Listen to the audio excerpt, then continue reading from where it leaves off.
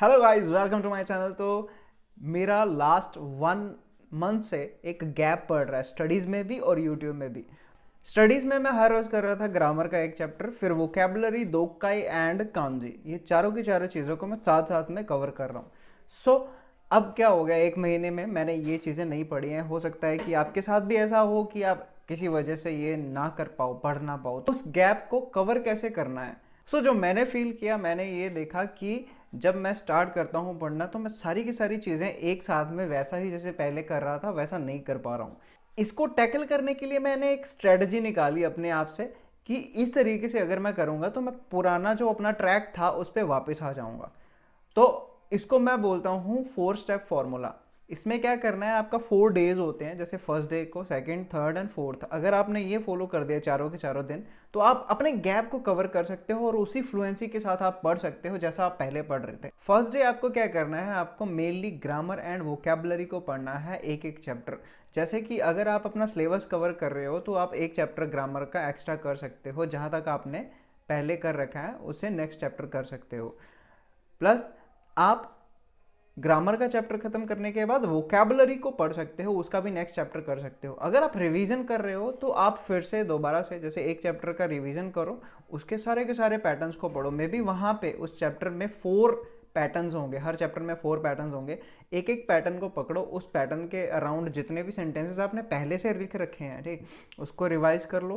Plus अपने mind में कुछ और सेंटेंसेस बनाने का ट्राई करो, बिकॉज आप रिवीजन कर रहे हो तो आपको बनाना चाहिए खुद से। कुछ भी बनाओ, आप उस पैटर्न के रिलेटेड सेंटेंस बनाओ और उसको कॉपी पे लिख लो।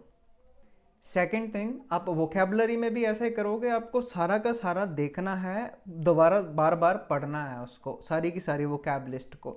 ऐसा नहीं है कि आपको सारा का सारा याद कर लेना है, ऐसा याद पूरा पूरा होगा भी नहीं। आपको चीज़ें भूलने लगेंगी। कई बार मेरे पास क्वेश्चन आते हैं कि मुझे ये भूल गया, वोकैबलरी भूल गया, तो क्या करना है? देखो, जब आपको वोकैब कोई याद नहीं आ रही, भूल रही है, तो उसको दोबारा वहाँ पे वापस जाके देखो कि कौन सा वर्ड है वो।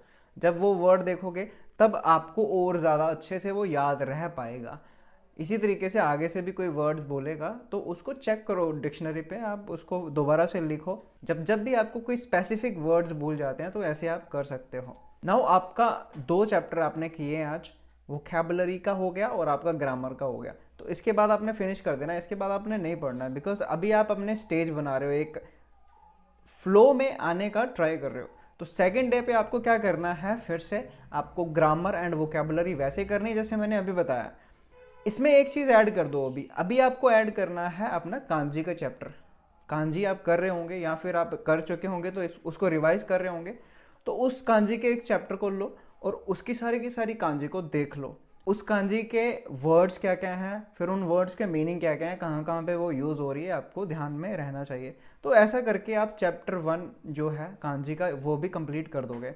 फिर आते हैं हम थर्ड डे पे। थर्ड डे पे आपको क्या करना है, वैसे ही ग्रामर, वोकैबुलरी, कांजी जैसे मैंने आपको बताया वैसे ही करनी है, बस एक चीज़ ऐड कर दो वहाँ पे। कौन सी? आपको दोकाई ऐड करनी है, रीडिंग ऐड करनी है, ठीक। अगर आप N5 N4 में हो तो आपकी मिनानो निहोंगो बुक है, तो मिनानो निहोंगो चैप्टर जब शुरू होता है तो वहाँ पे बहुत सारे कुछ लिखा होता है, ठीक। पहले सेंटेंसेस, फिर वो कन्वर्जेशन लिखा होता है, फिर उसके बाद रिंचू ए रिंचू भी, कितना कुछ होता है। उसको ही पढ़ लोगे तो भी आपकी रीडिंग की प्रैक्टिस हो जाएगी।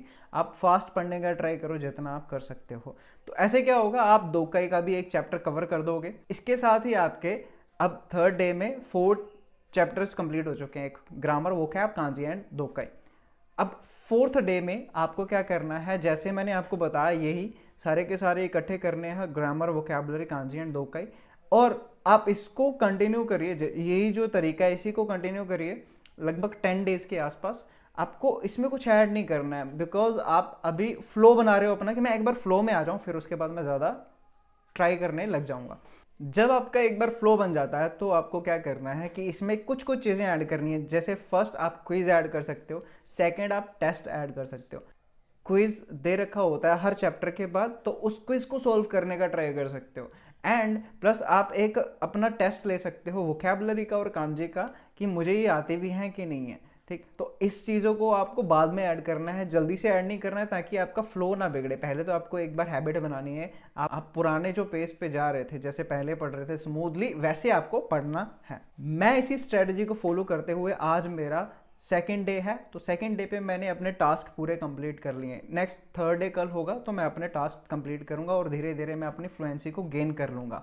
और इस पे क्या रहता है कि आपके माइंड पे बर्डन नहीं आता है, आपको एक ही बार में सारी की सारी चीज़ें करने का भी नहीं है, क्योंकि वो आपको फिर मैसअप कर देगा, आपको इरिटेशन फील होने लग जाएगी। तो ऐसा नहीं करना है कि अपने आप को बिल्कुल फोर्स कर रहे हो बहुत ज़्यादा चीज़ों को करने में। आप एक दो चीज़ें करो बट उसको बहुत अच्छे से करो, फिर छोड़ दो। फिर आप तीन चीज़ें करो फिर छोड़ दो, फिर चार चीज़ें करो फिर छोड़ दो। ऐसे आप फ्लुएंसी में अपना आ जाओगे, आपकी हैबिट बहुत ज़्यादा इंप्रूव हो जाएगी। आई होप कि इस वीडियो में आपको कुछ जानने को मिला होगा। मिलते हैं आपसे नए वीडियो में, तब तक के लिए सायनारा।